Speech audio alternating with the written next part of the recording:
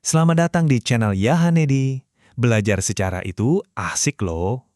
Pasti familiar banget kan sama peta dunia yang kayak gini? Setiap benua dan pulaunya kayaknya udah kita hafal di luar kepala. Tapi, apa kalian yakin kalau penampakan bumi itu selalu kayak gini? Jawabannya ternyata nggak sama sekali. Peta yang kita kenal sekarang, itu tuh cuma ibarat satu foto, satu jepretan aja di album sejarah planet kita yang tebal banget.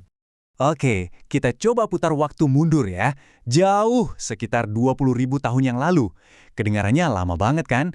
Tapi kalau buat umur bumi, itu cuma sekejap mata loh. Dan di masa itu, planet kita ini benar-benar beda banget.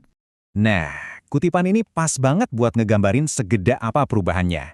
Intinya gini, dunia yang kita pijak sekarang ini itu tuh warisan dari sebuah peristiwa masif, yaitu berakhirnya zaman es. Sebuah momen yang benar-benar mengubah total wajah planet kita. Oke, pegang angka ini baik-baik. Minus 120 meter. Di puncak zaman es, permukaan laut global kita itu 120 meter lebih rendah dari sekarang. Coba deh bayangin, itu setara sama tinggi gedung 30 lantai. Airnya kemana? Ya, semua terperangkap, membeku jadi lapisan es super tebal dan super raksasa. Sekarang, gimana kalau kita tur keliling dunia yang hilang ini? Siap? Oke, kita mulai perjalanan kita dari utara yang super duper dingin. Jadi, di bagian utara sama selatan planet ini, es itu rajanya. Lupakan peta yang sekarang. Coba bayangin, hampir seluruh Kanada dan Eropa Utara itu ketutup lapisan es setebal beberapa kilometer. Bener-bener cuma landscape putih tak berujung. Jauh, beda banget sama yang kita lihat sekarang. Nah, karena air lautnya surut, muncul sesuatu yang keren banget. Jembatan darat. Ada yang namanya Beringia, yang nyambungin Asia sama Amerika. Terus ada Doggerland yang bikin Inggris nyatu sama daratan Eropa, dan yang paling penting buat kita nih, ada Sundaland. Sebuah benua masif yang nyatuin Sumatera, Jawa, dan Kalimantan sama daratan utama Asia. Ini nih jalan tol purba buat migrasi manusia dan hewan. Dan di dunia yang asing ini, manusia itu nggak sendirian loh. Mereka hidup bareng para raksasa. Yap, hewan-hewan super besar yang sekarang kayaknya cuma ada di film atau di imajinasi kita. Yuk kita kenalan sama beberapa hewan raksasa ini yang para ahli sebut sebagai megafauna zaman es. Coba deh lihat perbandingan ini. Kelihatan banget kan bedanya? Mamut berbulu itu jauh lebih bongsor dibanding gajah Afrika modern. Ukuran raksasa ini bukan buat gaya-gayaan loh. Ini salah satu cara adaptasi mereka biar bisa bertahan di iklim yang dinginnya minta ampun. Dan dari kerangkanya aja kita bisa tahu banyak hal.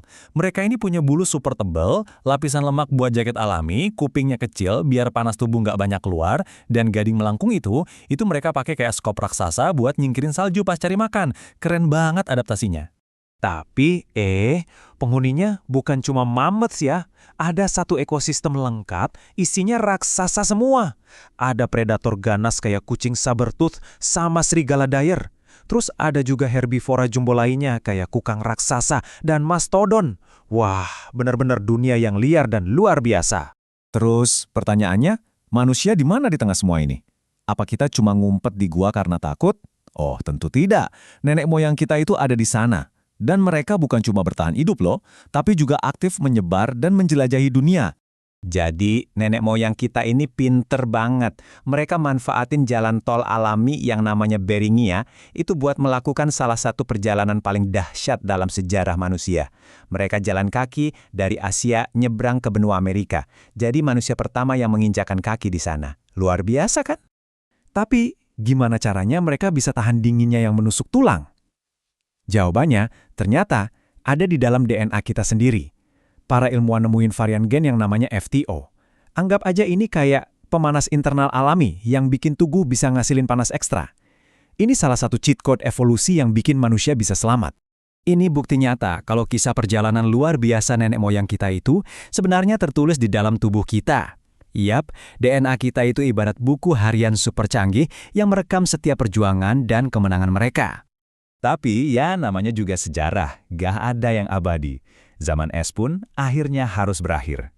Sekitar 12.000 tahun lalu, suhu planet kita mulai naik, dan dari sanalah dunia modern yang kita kenal sekarang mulai terbentuk. Coba kita lihat perbedaannya. Dunia zaman es itu liar, dingin, iklimnya naik turun. Nah, zaman kita sekarang, yang disebut Holosen, itu iklimnya jauh lebih hangat, dan yang paling penting, stabil. Kestabilan inilah kuncinya. Karena iklimnya stabil, manusia akhirnya bisa mulai bertani, bangun pemukiman, dan boom, lahirlah peradaban. Pencairan es besar-besaran ini bikin permukaan laut naik drastis. Akibatnya, jembatan-jembatan darat yang tadi kita bahas, kayak Sundaland dan Beringia, pelan-pelan tenggelam. Garis pantai baru terbentuk, pulau-pulau yang tadinya nyatu jadi terpisah, dan peta dunia pun digambar ulang selamanya jadi seperti yang kita lihat hari ini. Nah, ini nih yang bikin penasaran khususnya buat kita yang di Indonesia. Ingat kan soal Sundaland, daratan raksasa yang sekarang jadi Laut Jawa dan Selat Karimata? Kalau manusia ternyata udah tinggal di sana waktu daratan itu masih ada, coba bayangin, peradaban kuno macam apa ya yang mungkin sekarang terkubur di bawah laut sana?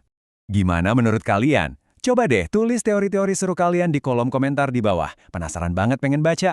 Oke deh, segitu dulu untuk kali ini. Terima kasih banyak udah nonton, dan jangan lupa subscribe ya, biar kita bisa bahas sejarah seru lainnya bareng-bareng. Sampai jumpa!